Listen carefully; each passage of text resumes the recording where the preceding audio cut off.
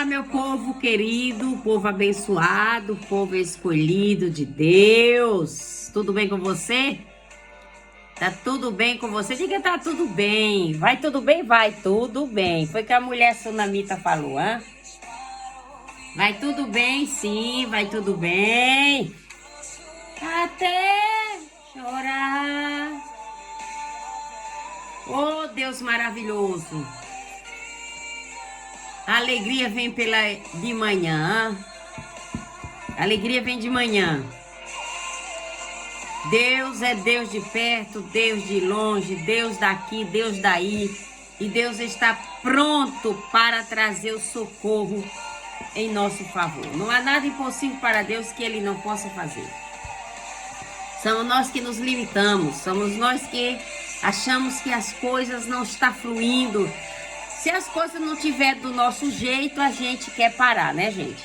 A gente tem esse hábito de estar num lugar e não perseverar onde nós estamos, mas nós temos que perseverar. Muita gente, vamos supor, ela está numa igreja, aí acontece algumas coisas ali com aquele povo ali, aí a pessoa vai sair da igreja. Ah, não estou bem, não estou me sentindo bem, não estou sendo vista, não estou sendo reconhecida, ninguém fala comigo, ninguém me dá bom dia, ninguém me dá boa tarde. Você tem que ir à igreja é para Jesus, não é para o homem. Porque se a gente for olhar para o homem, você vai encontrar um monte de falha. Você vai achar falha no pastor, você vai achar falha na mulher do pastor, você vai achar falha na dirigente do ciclo de oração, você vai achar falha na dirigente do louvor. Vamos achar falha em todo mundo. Mas o nosso propósito não é ir à igreja para olhar, para que as pessoas nos vejam e reconheçam que nós somos. Nós temos que ir à igreja para servir a Deus. Aconteça o que acontecer, fique no seu lugar, fique firme, fique sentado lá no seu lugar, né? Porque muitas vezes a gente quer ser reconhecido pelos homens. Ah, eu sei cantar, eu sei pregar, eu sei orar, mas ninguém me dá oportunidade. Gente, você não tem que pescar em aquário. Nós não temos que pescar em aquário, a gente tem que pescar em mar. O mar é tão grande. O mar não tem fim. Você pode pescar no mar. Lance a sua rede. Faça como Pedro. Sobre a tua palavra eu vou lançar a minha rede. Você está me entendendo? Você não pode parar porque A e B e C não está te dando oportunidade. Cadê os hospitais que tá aí para visitar? Visitar os enfermos nos hospitais. Visitar os presídios. Para que a gente mais necessitada do que os presos? Hã? Os presos não têm dinheiro para dar oferta não, mas eles têm aleluia e glória a Deus para dar para Deus. Os enfermos nos hospitais desenganados, as UTI. Hã? Os hospitais de câncer, os hospitais de lepra. Por que ninguém quer? Porque é uma obra dura, uma obra espinhosa. A gente só quer o que é fácil. A gente só quer pregar se tiver 200 pessoas dentro da igreja. A gente só quer pregar se tiver multidões para nos aplaudir. Mas a obra de Deus não é isso. A obra de Deus não tem nada a ver com isso aí, gente. A obra de Deus é você cavar o poço, né? Ajudar alguém a cavar o poço. Tá entulhado? Vamos lá ajudar essa pessoa a desentulhar os seus poços. Tá com problema na família? Cadê as varões de Deus? Cadê os varões de Deus que vai fazer a obra de Deus? Hã? Que vai mostrar que realmente Deus ainda opera, que Deus ainda faz milagre. Ah, mas se eu só for orar por quem tem condições, então essa não é a verdadeira obra de Deus? Eu tenho que orar e não tem que correr atrás de glória, gente. A glória é para Deus, a glória é para os céus, não é para nós. Então, Salmo 105 diz o seguinte: não faça mal aos meus escolhidos, nem maltrate os meus profetas. Não faça mal aos meus escolhidos e nem maltrate os meus profetas. Mas algum tempo depois, um período de fome e pobreza sobre a terra de Canaã. Era impossível conseguir comida em Canaã. Mas adiante dele, Deus providenciou para que José fosse vendido como escravo para o Egito. Então, quando José foi vendido como escravo para o Egito, José passou aquele processo todinho. Foi comprado por Potifar. Depois a mulher de Potifar perseguiu José a ponto de José voltar para a prisão. Depois de certos anos, né? José traz a discernimento de um sonho, manda um recado e as coisas acontecem como José tinha falado. E Faraó manda tirar José do cárcere, nomeia José como ministro do seu governo. José discerne o rei o sonho do rei, 7 anos de fome, 7 anos de abundância. E nesses anos de fome, a família de José estava nesse bolo aí, porque Canaã estava em seca. Canaã teve uma grande crise, né? De pobreza, de fome sobre a terra de Canaã. E Deus criou uma situação para que José fosse vendido como escravo para o Egito, para poder José entrar no Egito e José ser nomeado ministro de Faraó, para que José pudesse ser alguém no meio daqueles que lhe desprezaram, no meio daqueles que lhe humilharam, no meio daqueles que lhe caluniaram, queriam tirar a sua vida. Quem foi que matou a fome dos irmãos de José? Foi José. Quem foi que mandou trazer sua família para o Egito? Foi José, com o aconselhamento de Faraó. Então, a palavra do Senhor está dizendo aqui, irmão, que não é nada fácil. A gente, para obter algumas coisas na nossa vida, nós temos que muitas vezes passar no funil. Quem é que aguenta passar no funil? Quem é que aguenta passar no ralo? Ninguém, irmãos. José foi preso, foi acorrentado, entendeu? Adiante deles, Deus providenciou que José fosse vendido como escravo no Egito.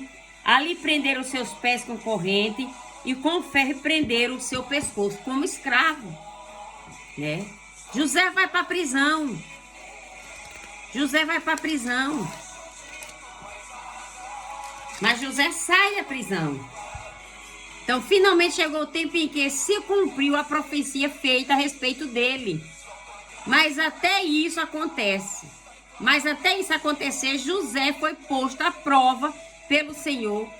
O próprio rei do Egito ordenou que José fosse solto e ele foi posto em liberdade pelo rei mais poderoso do seu tempo.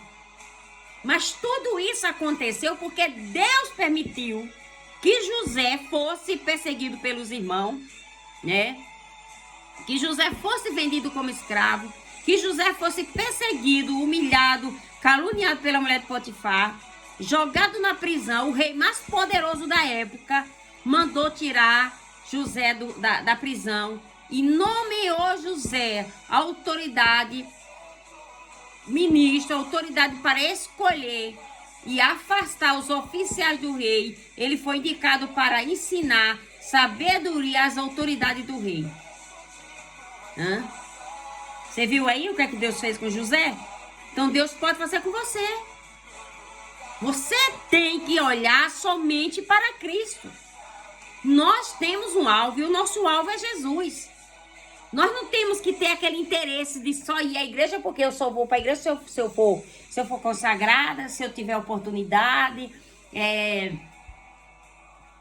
se eu for reconhecida. Não, você não tem que ser reconhecida pelo homem, você tem que ser reconhecida por Deus.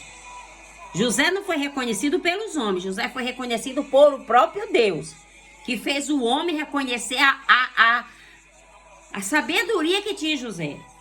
José armazenou comida para 7 anos, gente. José entulhou os barris de trigo, de arroz, de cereais, estucou, armazenou comida para 7 anos. Que sabedoria que Deus deu para esse homem, Ele mandou fazer cisternas, encher de água para não faltar água durante 7 anos. Não faltar pão durante 7 anos. E você tem feito o quê? Para Deus não deixar faltar nada na sua vida. Para Deus não deixar faltar pão, nem água, nem nada que você precisa. A gente começa, irmãos, a fazer nossa base aí dentro de casa. A gente olha muito a vida do vizinho. A gente tem mania de olhar muito a vida do vizinho.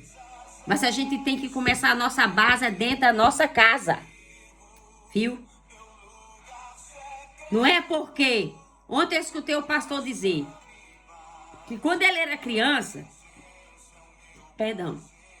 Quando ele era criança, ele ia para a igreja, a mãe dele vestia ele de terno e de sapato. E ele chegava em casa e dizia assim, mamãe, por que os filhos das irmãs vai de tênis, vai esporte para a igreja e eu tenho que ir vestido todas as vezes para a igreja de terno e de sapato? Ele falou assim, porque você não é os outros. Você não é o filho dos outros, você é meu filho, você vai do jeito que eu quiser que você vá.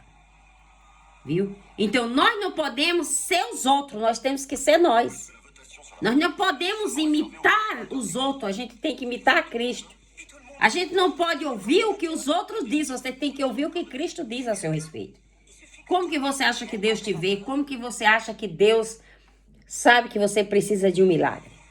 Não importa a crise que você está enfrentando, não importa o problema que você está enfrentando, não importa onde quer que esteja alguém da sua família, Deus ele vai ao encontro e Deus pega e Deus trata, Deus limpa, Deus cura e Deus traz de volta. Então nessa tarde eu quero dizer para você que a palavra do Senhor disse aqui, não faça mal aos meus escolhidos e nem faça o mal aos meus profetas. Nós não podemos fazer mal aos escolhidos de Deus. Cuidado em quem você toca. Na hora que você toca, na hora que você fala, na hora que você faz algum comentário. Para você saber realmente quem é a pessoa que você está tendo uma interpretação. Muitas vezes a gente fazemos as nossas interpretações da nossa maneira. A gente viu, a gente calculou, a gente fez aquela... A gente já tirou o diagnóstico, né? Então a palavra do Senhor está dizendo que José foi vendido para o Egito. Mas aquele povo de Canaã se encontrou na fome, na praga. Teve uma peste ali que a palavra de Deus que era impossível conseguir comida. Era impossível conseguir comida. Como é que José conseguiu armazenar comida e água para 7 anos? Comida para os habitantes do Egito, comida para os animais do Egito e ainda vendeu comida para as cidades vizinhas. Durante 7 anos não acabou. Você já imaginou como é que é Deus? E a gente fica preocupado com o amanhã, sofrendo antecipado, com o que vai comer, com o que vai vestir, com como que vai acontecer as coisas. Sofrendo antecipado porque estamos com problema de enfermidade. Chorando, já estamos enterrando o defunto antes do médico dizer tem jeito ou não tem jeito. Não, gente, nós não podemos viver assim. Nós temos que viver na expectativa. Saber que o mesmo Deus que usou José, através do que aconteceu com José, José nunca desistiu de sonhar. Ele não desistiu de sonhar. Então, o sonho dele foi realizado. E os seus, e o meu, e o nosso, pode ser realizado também. Então, nessa tarde, eu quero dizer para você, não faças mal aos meus escolhidos, nem maltrate os meus profetas. Porque Deus, ele trata com os dele como ele quer. Porque a nossa vida é como uma estrada, cheia de curva. Há acidentes e incidentes. Há pranto e a dor. Somos golpeados por muitas aflições. Mas o sofrimento não é permanente, vai passar. A palavra de Deus diz que a nossa leve montanha, tristeza, produz para nós o eterno peso de glória. E que o sofrimento do tempo presente não pode ser comparada com a glória a ser revelada em nós. Por isso, não levante monumento da sua dor. Não levanta o monumento com a sua dor. Tem pessoas que levantam o monumento com a dor que está vivendo. Não podemos. A nossa vida é cheia de curva. Mas quem está lá do outro lado da curva é Deus. Não deixando seu carro capotar. não deixando os pneus do seu carro estourar, não deixando você ser atingida por flechas envenenadas, não deixando você viver uma vida de desarmamento, desabamento. Meu Deus do céu. As coisas quando desabam assim. No Japão passou aí um vento, tsunami a 100 e tanto por hora, que arranca até toco. Mas Deus nos guarda, irmãos. Deus nos livra, Deus nos protege, Deus nos defende. Porque Ele é o nosso escudo. Deus é o nosso escudo. Que Deus abençoe você nessa tarde. Que Deus faça resplandecer sobre você a luz do seu rosto. E que Deus te traga paz. Que o Senhor visite você aonde você está. No que você estiver passando, no que você estiver enfrentando. Que Deus coloque o escudo na sua frente. Que Deus faça resplandecer sobre você a luz do seu rosto. Que Deus te guarde, te proteja, te defenda de todas as ações, tramóias, perseguições, manifestações diabólicas e malignas que o inimigo tem tramado contra nossas vidas.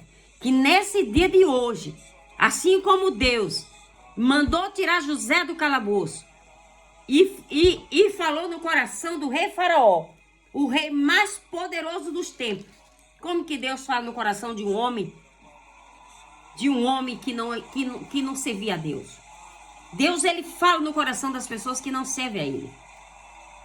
Porque Faraó, rei do Egito, escolheu José para ser seu primeiro ministro e tomar conta de todo o reino. Através de quem que Faraó fez isso? Foi através de Deus. Faraó, rei do Egito, escolheu José para ser seu primeiro ministro e tomar conta de todos os seus negócios dentro do Egito. Deus, ele escolhe quem ele quer. Deus, ele beneficia quem ele quer. Deus usa quem ele quer para nos abençoar. E nessa tarde Deus vai. José, ele tinha autoridade para escolher e afastar os oficiais do rei. Ele tinha autoridade para colocar e para tirar. E nessa tarde Deus está dando autoridade para desmanchar a panelinha, para desfazer a tramóia, para quebrar os intentos, para desfazer todo esquema que foi armado, que foi tramado, que foi arquitetado para tentar contra a nossa vida. Nessa tarde, Deus, através do seu Espírito, que deu sabedoria, que deu entendimento a José, Deus vai nos dar nessa tarde e vai nos ensinar o caminho que nós devemos seguir. Deus está quebrando a porta de bronze nessa tarde. Deus está quebrando a porta de bronze, que você não ouviu o que eu disse. Deus está quebrando uma porta de bronze nessa tarde. Viu? A força do Espírito Santo de Deus vai entrar neste estabelecimento e Deus vai arrancar essa grade, esse portão, essas ferramentas, essas correntes estão sendo quebradas nessa tarde. Deus vai tirar você desse poço de lama. Deus vai tirar você desse espírito de lamentação. Você está sempre lamentando que não dá, que não está dando, que não vai conseguir. Você tem que mudar os seus pensamentos. Você tem que cortar essa quebrar, destruir essa fortaleza de Satanás na sua vida. Você não tem que olhar. Você não tem que olhar para a quantidade. Você tem que olhar para a qualidade que Deus vai fazer a partir de hoje. Ok? Levante-se. Tome posse da sua vitória. Que Deus está entregando a chave nas suas mãos. E Deus, ele tem poder para virar essa chave. Deus vai virar o cativeiro nessa tarde de uma pessoa. Deus está tirando a corda do pescoço e Deus está sarando, curando, libertando, transformando a vida dessa pessoa. Deus deu um espírito de sabedoria a José para governar o Egito. E afinal de contas, os irmãos de José vieram comer na mão dele. Deus vai fazer aqueles que humilhou, aqueles que queria te ver caída no chão, Deus vai fazer eles vir comer da sua mão. Tome posse da sua vitória, que Deus está mudando esse cativeiro hoje e está livrando você daquela curva que você não enxerga. Deus está te livrando, está te dando um sinal. Deus vai dar uma prova que Ele está conosco. Hoje é tarde de bênção de vitória. Receba a sua vitória nesse dia da semana. Hoje é o primeiro dia, segundo dia da semana, segunda-feira, domingo é o primeiro dia. Mas Deus, Ele nos ama. Não importa o dia, a hora, o mês, o ano, não importa os segundos, nem minuto, nem segundo. É a vitória nossa pelo sangue de Jesus. Deus, Ele parou o relógio da casa de Acás para dar sinal a um homem que Deus havia dado a vitória para ele. Deus parou o sol e a lua para mostrar para Josué que a oração dele era ouvida. Deus fez o mar se abrir para mostrar para Faraó quem estava no controle. Deus fez o rio se abrir com a capa de um profeta para mostrar para os servos, os alunos dos profetas, que era Deus quem estava na unção de Elias e de Eliseu. Um abraço, Deus te abençoe. Receba o toque, receba a unção, receba a sabedoria, receba o entendimento e receba a paz, que excede todo entendimento. Que Deus te abençoe, te guarde, te proteja, hoje e agora e para todos sempre, em nome de Jesus. Amém.